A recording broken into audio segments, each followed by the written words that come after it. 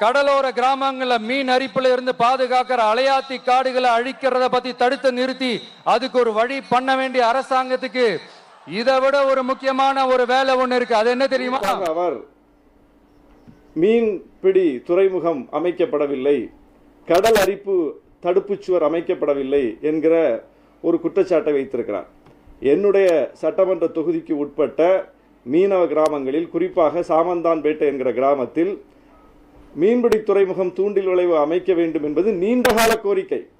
அந்த நீண்டகால கோரிக்கையை இந்த ஆட்சி காலத்தில் தான் நிறைவேற்றி ஐஐடியிலிருந்து ஆய்வுக்குழுவெல்லாம் வந்து அதை ஆய்வு செய்து பார்த்து இங்கே அமைக்கலாம் என்று அவர்கள் பரிந்துரைத்து அதற்கு நிதி ஒதுக்கீடு செய்து கிட்டத்தட்ட 32 கோடியில் அந்த திட்டம் நிறைவேறக்கூடிய அளவுக்கு அந்த கோரிக்கை ஏற்கப்பட்டிருக்கிறது. அந்த வேலை நடந்து கொண்டிருக்கிறது. அதுபோல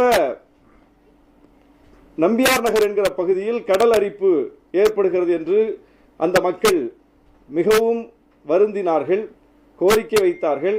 கடந்த ஆட்சி காலத்திலெல்லாம் அந்த கோரிக்கை நிறைவேற்றப்படவில்லை. இந்த ஆட்சி வந்த பிறகு சட்டமன்றத்தில் நாங்கள் எல்லாம் பேசி அந்த ஊருக்கு 10 கோடி ரூபாய் செலவில் கடல் அரிப்பு தடுப்பு சுவர் எழுப்பப்பட்டிருக்கிறது. அதுபோல நாகூர், பட்டினச்சேரி, என்னுடைய தொகுதிக்கு உட்பட்ட ஊர்களை மட்டுமே நான் சொன்னால் கூட என்னால் மிகப்பெரிய பட்டியலை போட முடியும். நாகூர், பட்டினச்சேரியில் கடல் அரிப்பு தடுப்பு சுவர் செய்யப்பட்டிருக்கிறது. அதுபோல நம்பியார் நகர் கிராமத்தில் புயல் பாதுகாப்பு மையம் 6 கோடி ரூபாய் செலவில் அந்த மையம் எழுப்பப்பட்டிருக்கிறது. மீனவ மக்களை பாதுகாக்கக்கூடிய, புயல் வந்தால் அந்த பாதிப்பிலிருந்து மக்களை காக்கக்கூடிய புயல் பாதுகாப்பு மையம் கட்டப்பட்டிருக்கிறது. மீன் சம்பந்தமான எந்த தொழிற்சாலையும் அமைச்சாங்களா? மக்கள் சார்ந்தே என்னுடைய தொகுதிக்கு பக்கத்தில் இருக்கக்கூடிய கீழ்வேலூர் தொகுதிக்கு உட்பட்ட அக்கரப்பேட்டை மிகப்பெரிய மீனவ மக்கள் வாழக்கூடிய பகுதி. அங்கே 100 கோடிக்கு மேல் செலவில் ஒரு மிகப்பெரிய மீன் இறங்குதளம், மீன் பதப்படுத்தும் நிலையம் எல்லாம் அமைக்கப்பட்டிருக்கிறது. வேளாங்கண்ணியில் அமைக்கப்பட்டிருக்கிறது. அதுபோல ஒவ்வொரு டைமும் வெளிநாட்டுக்கு டூர் போயிட்டு வரப்போலாம் அத்தனை கோடி முதலீடு, இத்தனை கோடி முதலீடு சிஎம் அவர்கள் சிரிச்சுக்கிட்டே சொல்லுவாரு. சிஎம் சார், மனசை தொட்டு சொல்லுங்க, வெளிநாட்டு முதலீடா இல்ல வெளிநாட்டுல முதலீடா? ஒட்டுமொத்த தமிழ்நாட்டுக்கும் முதலீடா இல்ல உங்க குடும்பத்தோட முதலீடு வெளிநாட்டுக்கு போகுதா? அண்ணாமலை பாணியில் அவர் போறான்னு சொன்னல, இது யாருடைய பாணி சொல்லுங்க? முதலமைச்சர் 2022இல் துபாய் பயணம் மேற்கொண்ட போது அண்ணாமலை கமலாலயம் வாசல்ல நின்று என்ன சொன்னாரு? நிறைய பேப்பர்ஸ் எல்லாம் எடுத்து போட்டார். A4 சீட்டு, எக்ஸல் சீட்லாம் எடுத்து போட்டு, பாருங்க இந்த கம்பெனி இது வந்து இவருக்கு தான், இவர் காசு தான், இவர் இங்கே போய் இப்படி வருது அப்படி வருதுன்னு எக்ஸல் சீட்லாம் எடுத்து போட்டார்ல. இந்த நிமிடம் வரை அண்ணாமலை அதை நிரூபிச்சிருக்காரா? அவர் கையில் தானே ஈடி இருக்கு, அவங்க கட்சி கையில் தானே எல்லா துறையும் இருக்கு. இந்த நிமிடம் வரை முதலமைச்சருடைய 2022ஆம் ஆண்டு வெளிநாட்டு பயணங்கள் குறித்து பாஜக பிரஸ்ஸை கூட்டி பத்திரிகையாளர் முன்னிலையில் வைத்த குற்றச்சாட்டுகளுக்கு இந்த நிமிடம் வரை பாஜக சான்றுகளோட ஒரு முடிவு சொல்லியிருக்கா? அதை நிறுவியிருக்கா? இல்லை, அது அன்னைக்கு செய்தியோட போயிடுச்சு, அவ்வளோதான். அப்போ அன்னைக்கு பரபரப்புக்கு அந்த பயணத்தை கொச்சைப்படுத்துவதற்கு அவங்களுக்கு அன்னைக்கு தேவைப்பட்டது. நீங்கள் ஏன் சார் அந்த இதை கையில் எடுக்கிறீங்க? நீங்கள் தான் பாஜகவுடைய கொள்கை எதிரியாச்சே, உங்களுடைய கொள்கை எதிரிங்கள பாஜக. அந்த அவதூறு அரசியலை நீங்கள் கையில் எடுக்கிறீங்க. முதலமைச்சருடைய வெளிநாட்டு பயணம் முதலீடுகளை ஈர்க்க அல்ல, முதலீடுகளை கொண்டு சேர்க்க, அங்கே கொண்டு போய் இவர் முதலீடு செய்கிறதுக்கு அப்படின்னா நீங்கள் சான்று சொல்லுங்கள். விஜய் வந்து பேப்பர் வச்சு தானே படிக்கிறாரு, அதே மாதிரி ஒரு பேப்பரை காட்டட்டும், பாருங்க, ஒரு சான்று காட்டட்டும். காட்டல, போகிற போக்கில் அடிச்சு விடுறது. இது யார் பாணி? இது யார் பாணி? தமிழ்நாட்டு அரசியல்ல போகிற போக்கில் அடிச்சு விடுறது யார் பாணி? நான் இந்த ஒரு அரை மணி நேரம் உங்கள்கிட்ட பேசிகிட்டு இருக்கேன், எதையாவது ஒன்று நான் போகிற போக்கில் அடிச்சு விட்டேனா? ஃபேக்சுவல் எரராக ஏதாவது சொல்லியிருக்கேனா? யார் மீதாவது அவதூறு பொய் சொல்லியிருக்கேனா? எங்கள் தலைவர் அன்றாட செய்தியாளர்கள் சந்திக்கிறார். ஒரு ஃபேக்சுவல் எரர், ஒரு தவறான தகவல், ஒரு அவதூறான செய்தி, அதெல்லாம் எங்கள் பாணியே கிடையாது. இந்த தமிழ்நாட்டு அரசியலில் ஒரு காலத்தில் அரசியல் கட்சிகளுடைய மேடைகளில் பேச்சாளர்களுடைய பாணியாக இருந்துச்சு. அது கூட இன்னைக்கு வந்து இந்த ஊடகங்களுடைய பெருக்கத்தால், தொழில்நுட்ப வளர்ச்சியின் காரணமாக பார்த்து பேசணும், கவனமாக பேசணும்னு சொல்லி அந்த மேடைகள் கூட சீராகி வருவதை பார்க்கிறோம். அப்போ ஒரு பக்கம் ஒரு நாகரிக அரசியலை நோக்கி அரசியல் நகரும் போது நீங்கள் வந்து அண்ணாமலை அரசியலுக்கு, ஆர் என் ரவி அரசியலுக்கு ஏன் போறீங்க? அதுதான் நான் திரும்பவும் கேட்குறேன். இது வந்து typical R. N.. Ravi politics, typical Annamalai politics. முதலமைச்சருடைய வெளிநாட்டு பயணங்கள் குறித்து அண்ணாமலை என்ன குரலில் பேசினாரோ இன்னைக்கு பேசுறதுக்கு அவர் இல்லை, இவர் பேசுறார். வேளாங்கண்ணி, நாகூர், கோடியக்கரைன்னு இங்க இருக்கிற டூரிஸ்ட் பிளேஸ் எல்லாம் கொஞ்சம் நல்லா டெவலப் பண்ணலாம். பண்ண என்ன குறைஞ்சா போயிடுவீங்க? அதுபோல சுற்றுலா மேம்பாட்டில் என்னுடைய தொகுதியில் நாகூர் சில்லடி கடற்கரையில் கிட்டத்தட்ட 6 கோடி ரூபாய் செலவில் ஒரு நெய்தல் பூங்கா, 2.5 கோடி ரூபாய் மதிப்பீட்டில் இன்னொரு பூங்கா, அது இசைமுரசு நாகூர் அனுபவடைய 100ஆண்டை முன்னிட்டு அந்த பூங்காவுக்கு தான் நம்முடைய முதலமைச்சர் அவருடைய பெயரை சூட்டி இருக்கிறார். அது விரைவில் திறக்கப்பட இருக்கிறது.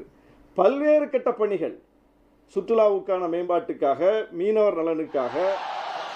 நாகூர் ஆண்டவர் அரசு மருத்துவமனையில பிரசவம் பார்க்கிற டாக்டரே இல்லையா? நாகூர் ஹாஸ்பிட்டலை பத்தி பேசியிருக்கிறார்.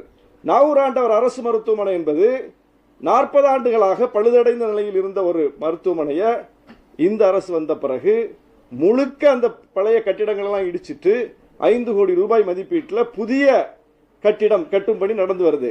ஆனாலும் அந்த மருத்துவமனை புதுசா கட்டிடம் கட்டுறதுனால அதை மூடிடக்கூடாதுன்னு சொல்லி தற்காலிகமாக வேறு ஒரு கட்டிடத்தில் அந்த மருத்துவமனை இயங்கிக் கொண்டிருக்கிறது. அங்கே 4 பேர் பணியாளர்கள், மருத்துவர் உள்ளிட்ட பணியாளர்கள்னா அந்த 4 பேர் ஸ்டாஃபும் இருக்காங்க, வேக்கண்டே இல்லைங்க.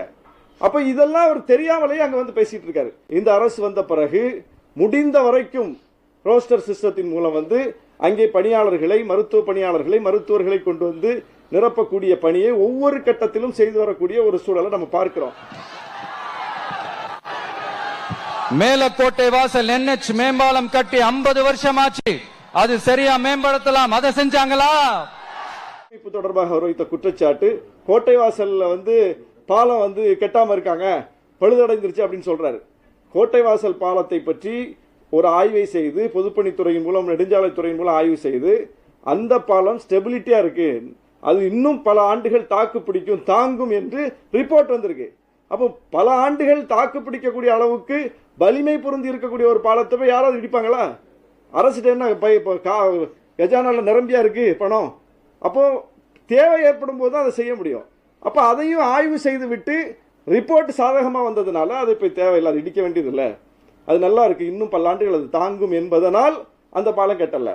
எங்க பாலம் தேவையோ அங்க கட்டிக்கிட்டு இருக்கோம். நாகப்பட்டினம் ரயில்வே ஸ்டேஷன் வேலைகளை சீக்கிரமா முடிச்சு வைக்கலாம், அதையாவது செஞ்சாங்களா? அதுபோல உள்கட்டமைப்பு மேம்பாடு, நாங்க வந்து இந்த ஆட்சி அமைவதற்கு முன்னால் தேர்தலை சந்திக்கும் போது நாகப்பட்டினத்தில் அக்கரைப்பேட்டை மேம்பாலம், நாகப்பட்டினத்தையும் அக்கரைப்பேட்டை இணைக்கக்கூடிய மேம்பாலம் அந்த இடத்துல தொங்கிக்கிட்டு இருந்தது. அந்த ரயில்வே டிராக்குக்கு மேலே மட்டும் கட்டி வச்சிருந்தாங்க. அதை இந்த பக்கமும் இணைக்கல, அந்த பக்கமும் இணைக்கல. ஏன்னா அதுக்கு நிலம் கையகப்படுத்தணும், மிகப்பெரிய பொருட்செலவாகும்னு சொல்லி கைவிடப்பட்ட ஒரு திட்டம்.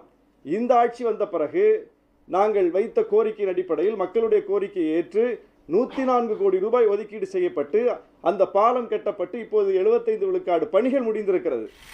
ஸ்டீல் ரோலிங் மில்லையும் ரயில் பெட்டி தயாரிக்கிற தொழிற்சாலை மூடிட்டாங்க. அத மறுபடியும் திறந்தா நிறைய பேருக்கு வேலை வாய்ப்புகள் கிடைக்கும். ஏன் அதை பத்தி யோசிக்கல? அதெல்லாம் 100 வருஷத்துக்கு முன்னாடி பிரிட்டிஷ் ஆட்சி காலத்தில் உள்ள பிரச்சனை. அதை இப்ப யார்கிட்ட போய் கேட்கறது? லண்டன் கவுன்சில்ல தான் முறையிடணும்.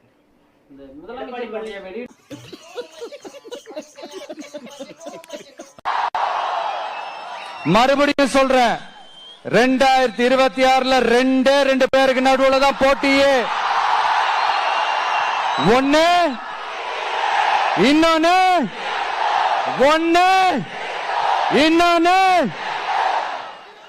திமுக வெர்சஸ் தாவைக்கா, திமுகவா தாவைக்காவா தான், அதுதான் இனி தமிழ்நாடு அரசியல்னு விஜய் பேசுறாரு. திரும்ப பேசுறாருன்னா அந்த இடத்துல அவர் யாரை காலி பண்றாரு? அதிமுக என்கிற கட்சியவே அவர் காலி பண்றாரு. அதிமுக என்கிற கட்சியை அதிமுக உள்ள இருந்தே பலர் காலி பண்ணிட்டாங்க. பிஜேபி தன் பங்குக்கு பாதி காலி பண்ணிருச்சு. இப்ப விஜய் வந்து திமுகவுக்கு எதிர் நான் திமுக எதிர் அரசியலை தான் கூர்மைப்படுத்துறேன்னு சொல்லுவதன் மூலம் திரும்ப டிஎம்கே வெர்சஸ் டிவிகே என்று அவர் பேசுவதன் மூலம் அதிமுக என்கிற ஒரு மாபெரும் கட்சி, தமிழ்நாட்டை அதிக முறை ஆண்ட கட்சி, ஜெயலலிதா, எம்ஜிஆர் போன்ற மாபெரும் தலைவர்களால் வழிநடத்தப்பட்ட கட்சி, இன்னைக்கும் களத்தில் மிகவும் உயிர்ப்போடு இருக்கக்கூடிய ஒரு கட்சி. அந்த தொண்டர்கள் வந்து ரொம்ப ஆக்டிவானவங்க, ரொம்ப விசுவாசமானவங்க. அந்த சின்னத்துக்குன்னு ஒரு மிகப்பெரிய செல்வாக்கு இருக்குது. இதெல்லாம் யாருமே டிஸ்பியூட்டே பண்ண முடியாது. அப்படிப்பட்ட ஒரு கட்சி இன்னைக்கு சிதறி போயிருக்கு. ஒரு ஒழுங்கான தலைமை அமையாமல் ஒரு ஒருங்கிணைந்த தலைமையின் கீழே இப்போ ஓரளவுக்கு திரண்டிருக்கிற அந்த தலைமையும் பிஜேபி முடிஞ்ச அளவுக்கு அங்கே உள்ள வச்சே ஆட்களை எடுத்து அதை டிஸ்மேண்டில் பண்ணிகிட்டு இருக்கு. இப்போ கொஞ்சம் மிஞ்சி இருக்கிறதையும் விஜய் வந்து என்ன சொல்கிறாருன்னா, இப்போ மிஞ்சி இருக்கிறதும் எப்படி, அது திமுக எதிர்ப்பில் தானே மிஞ்சி இருக்குது.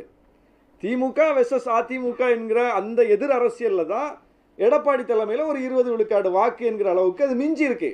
இப்போ திமுக எதிர் அரசியலை விஜய் கூர்மைப்படுத்த எந்த கட்சிக்கு ஆபத்து, எந்த கட்சியினுடைய இருப்பு கேள்விக்குறியாகும், எந்த கட்சி திமுகவுக்கு எதிர் என்று முன்னிறுத்தப்படும். அப்போ ஏற்கனவே இருக்கக்கூடிய அதிமுக தான் தன்னுடைய இருப்பை இழக்கும். அப்போ நேரடியாவே கேட்கிறேன், சிஎம் சார் மிரட்டி பாக்குறீங்களா? அதுக்கு இந்த விஜய் ஆள் இல்ல சார், அதுக்கு நாம ஆள் இல்ல சார். என்ன செஞ்சிருவீங்க மேக்சிமம்?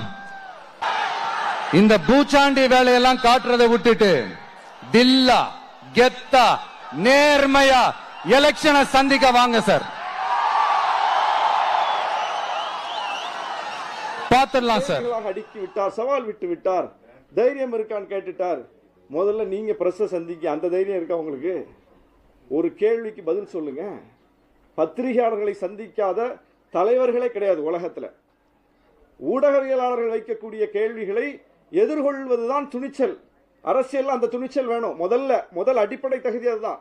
எந்த கேள்வி வேணாலும் கேளுங்க, பதில் சொல்றேன் என்பதுதான் ஒரு தலைவருக்கான இலக்கணம். அது எங்க போச்சு உங்கள்கிட்ட? நேற்று வந்து பிரஸ் அப்பவும் உங்களை நோக்கி வர்றாங்க.